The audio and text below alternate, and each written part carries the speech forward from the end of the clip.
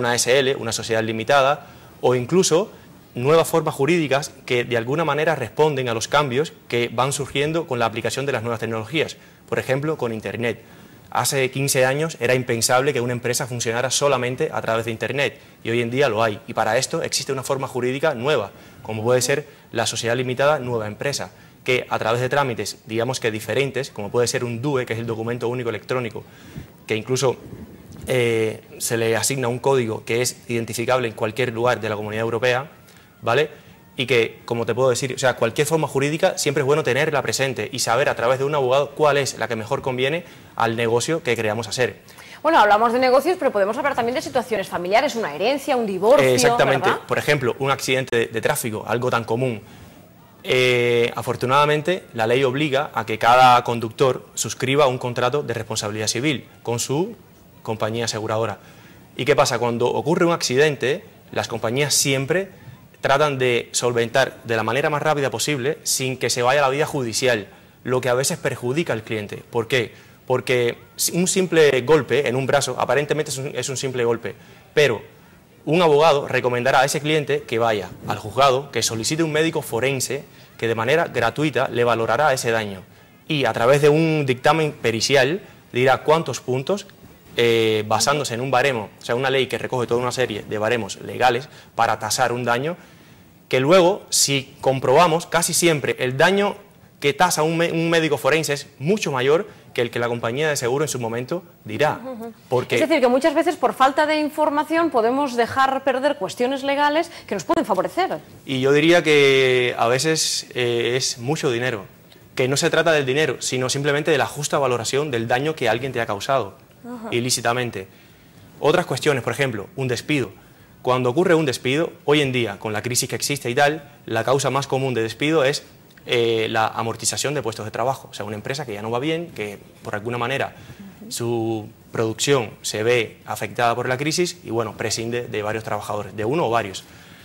Esto tiene toda una serie de procedimientos y normalmente no se cumplen al pie de la ley. Y esto hace que ese despido sea nulo y la gente no lo sabe. La gente dice, bueno, me han despedido porque la empresa va mal, la crisis y tal, y me han despedido. Y simplemente van al paro. Y no, a veces, cuando, por ejemplo, la ley dice que cuando se despide por causas objetivas, específicamente por amortización de puestos de trabajo, primeramente hay que comunicar de manera escrita las circunstancias del despido, donde se acredite fehacientemente qué causas de la crisis o de lo que sea inciden de manera negativa en el proceso productivo y que acreditan la necesidad de amortizar el puesto de trabajo del trabajador. Es decir, que si a mí me echan del trabajo, que los propietarios me presenten a mí un papel por escrito, por ejemplo, diciéndome, mire, es que usted está en este puesto de trabajo y por este y este motivo ya no podemos seguir manteniendo Pero el además, puesto. se te tiene que preavisar con un mes de antelación, cosa que casi nunca se cumple. Y dentro de ese mes, darte 6 horas semanales para que tú puedas buscar un nuevo trabajo. Y esto casi nunca se hace. O sea, el trabajador simplemente se le comunica el despido y está. Ah, pues ves, esto es una cuestión que, por ejemplo, por falta de información podemos dejar escapar algún fleco, ¿verdad?, claro, que nos puede beneficiar. Un juez obligatoriamente calificará este despido como nulo, lo que traerá como consecuencia la readmisión inmediata del trabajador a la empresa, con el pago de los salarios de tramitación y de toda una serie de beneficios legales que no los obtendría de otra manera, si no recurre a un abogado que le explique bien. Vosotros me imagino que en Legal Cities estáis encontrando esta situación, ahora con estos tiempos de crisis, ¿verdad? Muchísimo. Y sobre todo con el sector más vulnerable de todos, que son los extranjeros. O sea, hay extranjeros que, como hay tanta crisis, y aún cuando todavía no había tanta crisis, los empresarios pues recurrían a la mano de obra ilegal para, de alguna manera, ahorrarse costos en la empresa.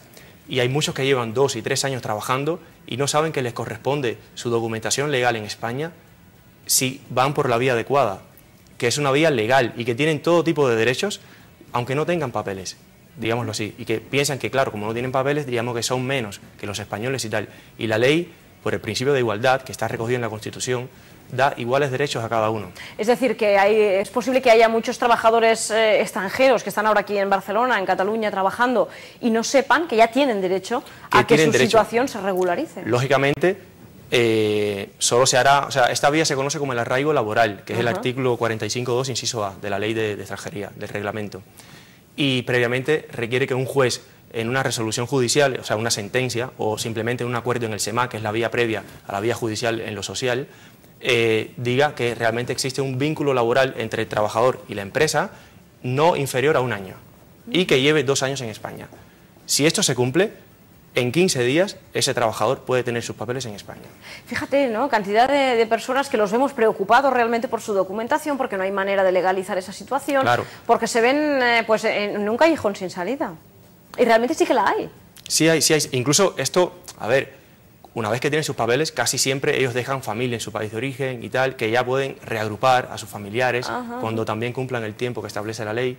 Y son toda una serie de beneficios que si un abogado, o si ellos irían, a veces tienen miedo de ir a un abogado, pero si van allí, pues se les puede asesorar, se les puede tratar como lo que son, como personas, y que no se sientan mal porque no tienen papeles o porque creen que de alguna manera pues son inferiores, que esto desgraciadamente pasa. Pasa mucho. Vosotros sois un bufete de abogados, Legal City, especializado, tratáis todo tipo de casos, pero sé que el tema de la inmigración es vuestro fuerte. El tema fuerte es la extranjería. La extranjería, sí, ¿verdad? Es un sector, bueno, como ya dije, es el más vulnerable en todo este tema de la crisis que ahora existe en España y que requiere mucha atención, porque además es necesaria para España esta masa de ¿sí? población. A pesar de la crisis, ¿vosotros a pesar de todo, sí? Es necesaria por el envejecimiento que existe ahora en España y en toda la Comunidad Europea en general, y por los beneficios desde el punto de vista de trabajos que nadie haría si no estuvieran ellos aquí.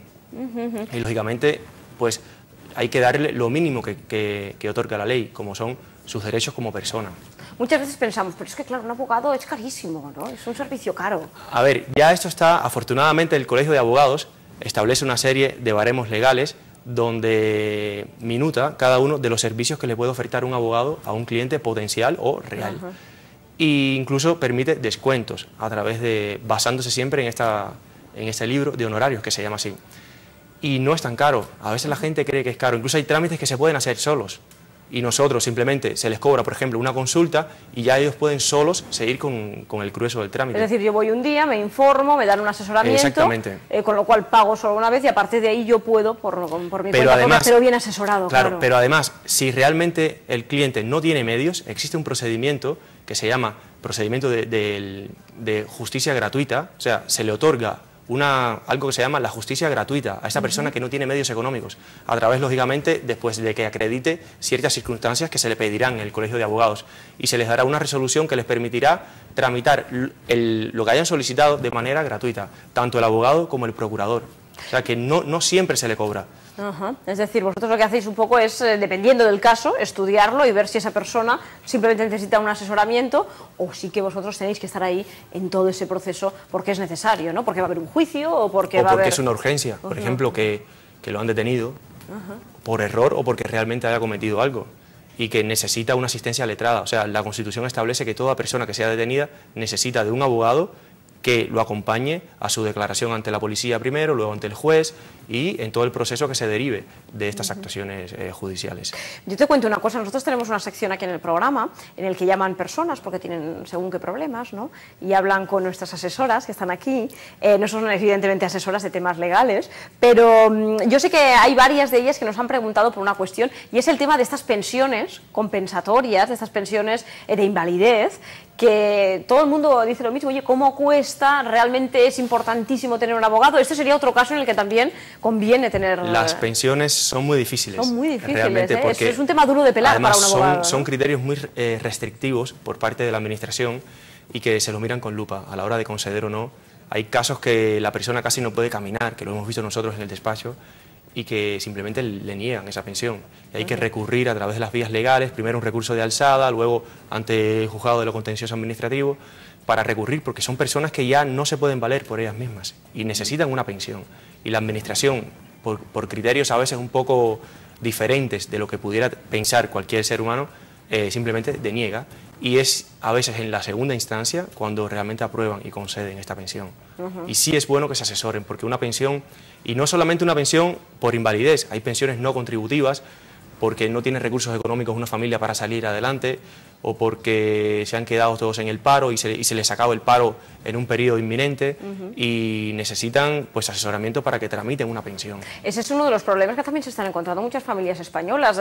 Queda el padre, el cabeza de familia queda en paro, al poco tiempo la mujer también, y te encuentras pues con una familia entera, con 2 criaturas, por ejemplo, que no entra dinero en casa. Y ahora sucede mucho. A ver, hasta hace unos meses simplemente el paro subía y subía en España. Pero claro, llegará un momento en que todos esos millones de personas, que ya son 4 aproximadamente, que reciben, o sea, que están cobrando una prestación por desempleo, el paro, pues se les acabará el paro. ¿Y qué va a pasar? Y claro, existe una pequeña ayuda familiar para que puedan ir saliendo de este problema, que dura unos 6 meses, y de alguna manera son medidas que puede ayudar a una persona a solventar una situación grave.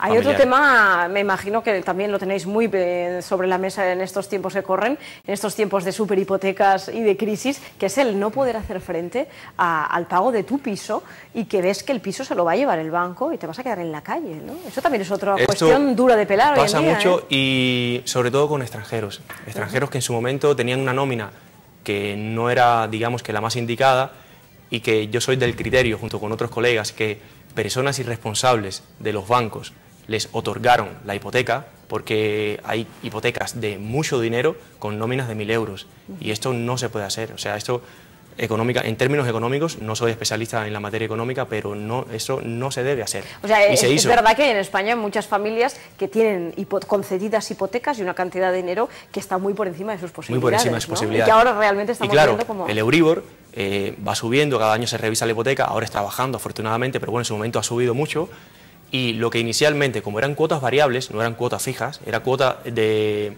tanto más Euribor más 1, o sea que son cuotas que van subiendo o van bajando en función del Euribor, y cuando se las otorgaron eran 800 euros y ahora son 1.200 o 1.300 euros. Luego se suma que puede ser que uno de la pareja esté en el paro, tal, y son situaciones que no les pueden hacer frente a una hipoteca. Y ahí entramos nosotros, a tratar de conciliar. Digo conciliar porque, claro, como ya hay un contrato firmado entre ambas partes, sí, poco se puede es hacer, vinculante, ¿no? Es vinculante, y si uno firmó una hipoteca a 30 años a un tanto por ciento, ya no se puede cambiar. Pero sí puede, a través de un abogado, digamos que sensibilizar a este banco que no le conviene tampoco perder ese cliente porque no hace nada con una casa, porque tampoco se están vendiendo las casas. O sea, el cliente no puede pagar, se saca el bien a subasta pública y el banco se queda con el dinero y tal. Pero es que tampoco llega al importe de la hipoteca y ellos buscan una salida, o sea, y ahí es donde entramos nosotros, porque se puede, digamos que modificar, hacer una innovación subjetiva del contrato, donde se reduzca la cuota o se ponga un tipo fijo, o sea, que tú sepas que durante 30 años vas a pagar 850 euros y no estar sujeto a que el Euribor suba mañana o baje, ¿vale? Y son alternativas. Son alternativas. Que pueden ayudar mucho a unos familiares.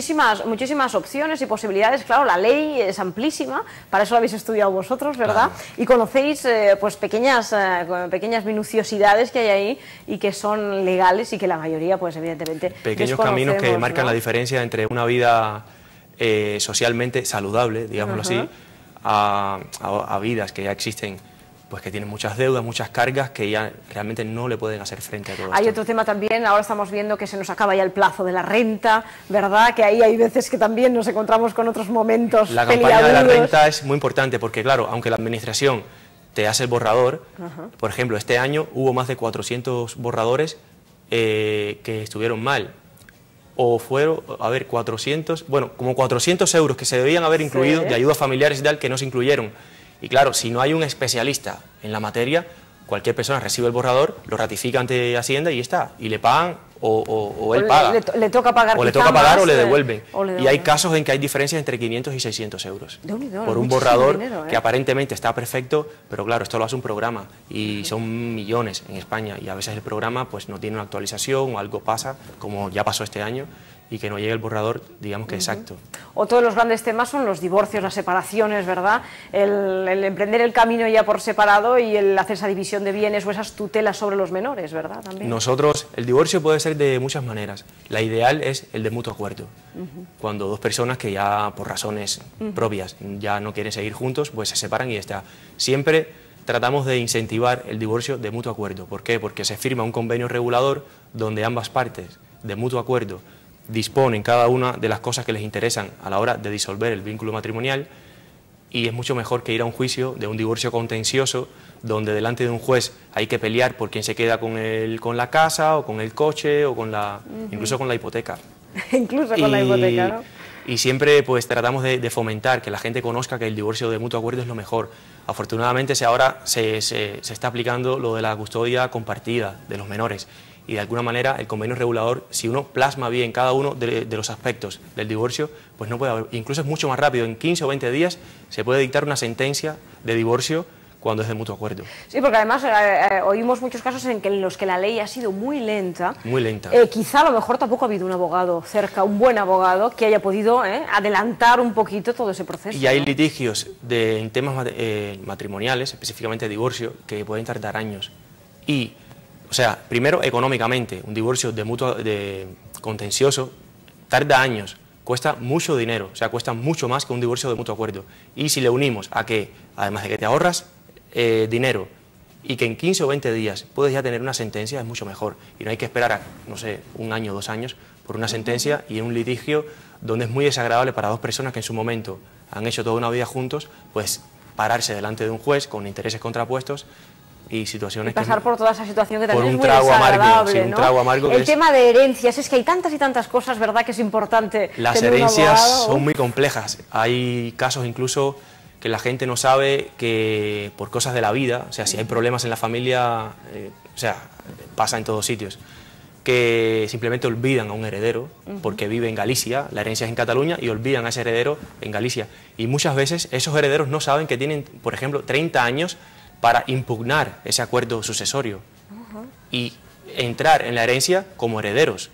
Porque claro, hay gente que se entera a los 10 años de que ya se han repartido los bienes, se repartieron las fincas, se repartieron los coches, se repartieron la empresa, las cuentas bancarias y tal. Y dice, hombre, esto pasó hace 15 años, ya estoy sin nada. Y no, tienen 30 años, que es el plazo que recoge la ley, y que afortunadamente se modificó el libro 4 del Código de Sucesiones en Cataluña, que entró en vigor ahora en enero, y que da derecho a algo que no existía antes, como puede ser a las parejas de hecho, incluso del mismo sexo. ¿Vale? Es decir, que podemos sentarnos con un abogado e intentar ver si, por ejemplo, a través de eso, ¿no?, compartes piso con una pareja de hecho, con la que no estás casado ni nada, pero tú tienes tus derechos. Y un caso curioso, por ejemplo, ahora que hay tanto auge de la novela de Stieg Larsson, esa de los hombres, bueno, de la trilogía Millennium, su viuda no ha percibido nada de las cuantiosas, o sea, de los cuantiosos dividendos que ha dejado la venta de la trilogía. Claro, porque eran pareja de hecho. Si eso hubiera sucedido en Cataluña, esa viuda sí hubiera tenido derechos. Y por eso es que alabamos tanto esta modificación del libro 4 de sucesiones, porque realmente es muy revolucionario y está a la par con cualquier sistema jurídico moderno. De los más avanzados. De los más avanzados en el mundo entero. Pues ya lo veis en casa, ¿no? Conviene tener un buen abogado por 50.000 cuestiones, aunque no seamos Michael Jackson y tengamos una herencia de aquellas, ¿verdad?, multimillonarias, ni nos haya pasado nada o pensamos que no nos ha pasado nada en la vida importante. Muchas veces me imagino que viene a vuestro bufete, a Legal City, personas pues que se han encontrado con una situación que les deja totalmente fuera de juego, cao, y dice, yo estoy perdido. ¿Y cómo afronto esto, no? Un abogado. Existen, por ejemplo, tuvimos un caso de gente que llega de viaje con su billete de avión y tal, y en el aeropuerto no los dejan entrar. Y aquí sí tiene que entrar un abogado. Y son gente que han venido aquí de turismo, simplemente a pasarla bien con amistades, incluso familiares que tienen aquí. O, por ejemplo, reagrupaciones familiares, que con lo que cuesta reagrupar, o sea, primeramente reunir los requisitos para poder realizar un proceso de reagrupación familiar, para que una vez que la resolución sea favorable, en la entrevista con el consulado en el país de origen se deniegue. Y aquí entramos nosotros, aún siendo la denegación en el país de origen, con recursos y tal que establece la ley para atacar esa denegación. Porque un esposo o un hijo que te denieguen que tú lo reagrupes, habiendo incluso existido resolución favorable por parte del órgano competente, que es la subdelegación de gobierno aquí en Barcelona. O sea que nos tenemos que informar, ¿verdad, Jorge? Hay que informarse. Hay que informarse. Un gabinete pues es Legal City. Yo os agradezco mucho que Legal City hayáis venido hoy al programa. Yo me imagino que habremos dado un poquito de luz a alguien que a lo mejor en casa estaba un poco desorientado o que pensaba que quizá no había solución para aquel problema que tiene ahí guardado en un cajón y que sí que gracias a un buen abogado puede tirar adelante. Muchísimas gracias por la visita. No, gracias a ustedes. Nosotros en cuanto supimos que vendríamos aquí, pues nos pusimos muy contentos porque de alguna manera sabíamos que íbamos a aportar un granito de arena en esa luz que debe llegar a cada ciudadano para que tenga todo claro. Todos sus derechos, en su vida, ¿verdad? Todos sus derechos. Pues vamos a hacer una parada, una pausa y volvemos enseguida con Pepita Villayonga. Hasta ahora mismo. Trampa.